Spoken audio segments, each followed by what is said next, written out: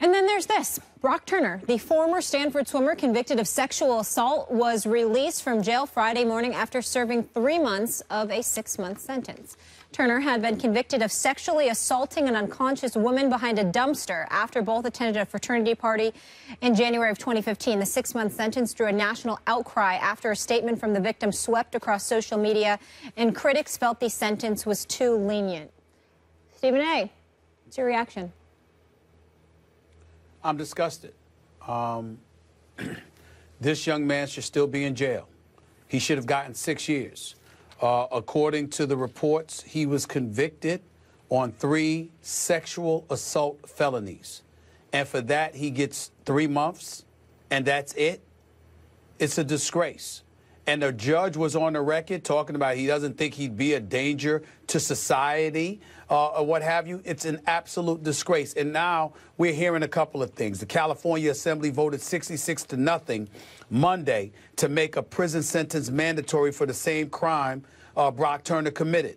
Democratic Governor Jerry Brown has not said whether he would sign it or not, but we anticipate that he will sign that. Remember, you know, House representatives read the victim's 7,200-word statement on the floor.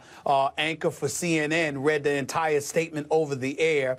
Vice President Joe Biden spoke up for her, and in very glowing terms, and providing incredible support to her, what have you. This is a national story, and what we have is a 20-year-old who happens to be white, whose father spoke up for him, who had a relationship, not personal, but in terms of having the Stanford connection, because the judge was from Stanford and he's from Stanford, and the judge comes to the conclusion that ultimately it would be too severe of a punishment, too much of an altering of his life to come down with a heavy hammer. I mean, this is some absolute nonsense. And the judge, obviously, there's some other things that everybody needs to judge. The judge's name is Judge Persky. I wish we had a picture of him, put a mugshot up of him so everybody could see what he looks like, so it could be a bit difficult for him to walk the streets with a straight face after the sentencing that he handed down. But it says here he's facing a recall effort,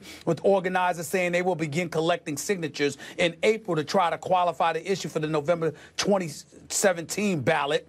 And it says a women's advocacy group has filed a formal misconduct complaint with the state agency that disciplines judges, okay, and that he himself has voluntarily removed himself from hearing criminal cases. As far as I'm concerned, he should be fired.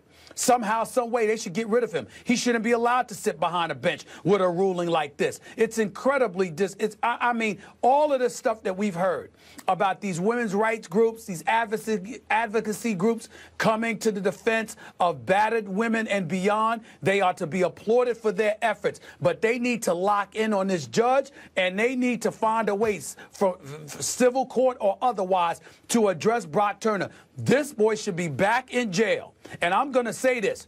I don't know black men that get this kind of privilege, where, the judge and we went to the same school, and your actions were egregious, but obviously we don't want to penalize you too much because this could harm your life forever. Well, what did it do to the victim? This is as egregious as it gets. This boy, Brock Turner, should be in jail now, at least for the next several years. And the judge should be fired, removed from the bench for making the decision that he made, period. For the reasons you just outlined, this whole thing stinks. And if you read the victim's description of what she's gone through physically since then, as she's been examined, the ongoing emotional devastation, it's really disturbing and upsetting, obviously. The lasting effects of the trauma. You know, I have 3 daughters, and I'm going to have to let them know as they grow older. They're little kids now, but careful. You have to be careful. Don't drink too much. You know, don't get out of control, obviously. But, you know, sometimes when you're young, you go to college, whatever, a kid's going to drink a little too much. Sometimes that doesn't make it okay for them to. Please don't. Okay, I'm just saying, but I don't want you to be making like yes, but just be careful with that statement. Well, right, I wasn't going where I apparently thought I was going. The point is that where was I? That yes, I have to tell them be careful. But the fact is, because this is the reality of the world, but the fact is that the guy was caught. So it's not just about the perpetrator, in this case, being caught and punished. It's also about setting the kind of example for a culture that you want, where you don't have to worry if your daughter goes to college and has too much to drink, that her life will be permanently altered by the perpetrator of a crime like this. And so for all the reasons you said, Stephen A., obviously the punishment was too light. They caught the guy. You know, they caught the guy, and nothing happened, essentially. Obviously the punishment is too light, but for the reasons you mentioned, it all stinks. The whole situation stinks. But, Max, it stinks, and you're right with what you're saying. But here's why it stinks. You had two bystanders who literally stopped him and held him until the authorities came, okay? So you caught him, you tried him, you convicted him. It's not like he was found not guilty. He was convicted on 3 felony charges and still got 3 months. How can a judge get away with making a ruling like that? How can that possibly happen? How can the federal government or somebody not step in and usurp the authority of that particular judge and find a way to try him in some capacity? I know the issues of double jeopardy and all of that stuff can ultimately come into play, but something has to be done. This kid should be in jail now. And you are talking, right now. Of course, and you're talking about what should happen to the perpetrator of this crime because he is guilty of that crime in a punitive sense. And the judge. I totally agree, certainly about the victim, certainly about the perpetrator. But what I'm also making the point is that as a human being, as a thinking person, but also as a father of 3 girls, I would like a culture by the time my children go to school where it is very clear that the perpetrator of a crime like this doesn't get a slap on the wrist, but gets something much more severe. So that if we can't if it's not just enough to change the kind of culture by talking about it, but there need to be legal ramifications that change behavior in this sense, so that we can live in a safer world and our daughters can feel safer. And certainly as a parent, that's where my mind goes. Okay. We'll leave it there. I want to add one more thing. And sorry, Max, that I interrupted you during. I just wanted to, you know, the careful subject. I knew where your heart was, though. This was from the... trust me, Molly. You did the right thing. I know, Max, and I just always want to look out in case it's coming across the wrong way. But again, from the victim, you took away my worth, my privacy, my energy, my time, my safety, my intimacy, my confidence, and my voice. When we come back, Ronda Rousey says MMA is the most responsible form of violence. We'll break down her interesting comments next. First Take is brought to you by StubHub, your ticket out. Geico, 15 minutes could save you 15% or more on car insurance. And the all-new Audi A4. In a newly released clip from the documentary The Hurt Business, a deeper look at MMA, former UFC champion Ronda Rousey refers to mixed martial arts as the most responsible form of violence. Ignorance of the sport is the only real barrier that it has to overcome.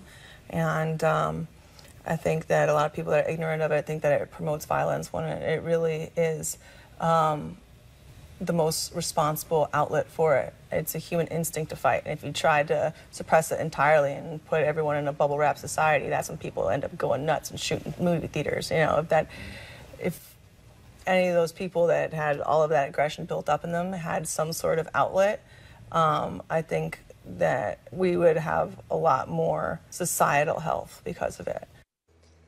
Max, you like, love, or hate Rousey's comments there? I love her comments. I think she's absolutely right. I do a thought experiment, Stephen A., where I prove to people that boxing, but it could be combat sports, is actually their favorite sport. No, football is, baseball is, basketball is.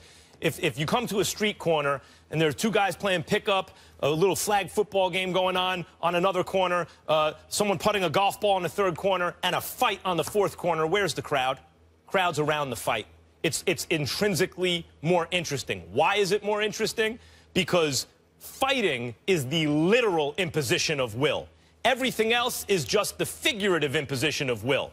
One player can't return another's serve. That means the first player imposed their will figuratively on the other player. The ball is a surrogate for their will. But in fighting, Ronda catches someone with a shot and they go down. Their brain says, legs, get up. They can't do it. She has physically imposed her will. Or a fighter's in a submission hold. They don't want to submit, but they have to. The other fighter has physically imposed their will. It's intrinsically more compelling. It is absolutely the safest possible outlet for violence in a way that other sports are not. And even boxing, which was reformed over the years to be less like MMA over 100 years ago and more, quote-unquote, civilized. You know, the road to hell is paved with good intentions. What wound up happening as an unintentional consequence of putting gloves on fighters and letting them hit each other and being more civilized, not letting them follow up on advantages and pound each other while on the ground, what happens is fighters wind up getting up with concussions and fighting on for 10 and 12 rounds, whereas in MMA, in Ronda's sport, in the UFC, if you have an advantage, you get to follow it up. It seems brutal, but in fact, it's much safer because then the contest ends, there's less sustained damage, etc. I totally agree with Ronda Rousey. So do I, but it's far more simpler for me than you just explained. In our society, because of what ails us as a society, you want to release, you want to vent, you want to exhale. And what gives you a better opportunity to do that than MMA?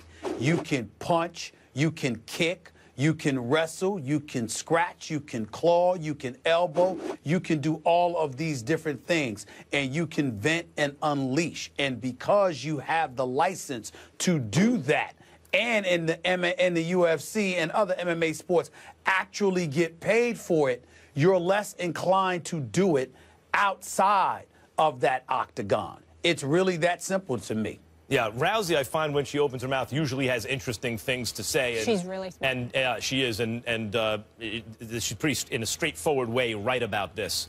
I think the other thing, too, is that a lot of people don't realize with this, mixed martial arts, whichever discipline you study, it teaches a lot of discipline and respect, too.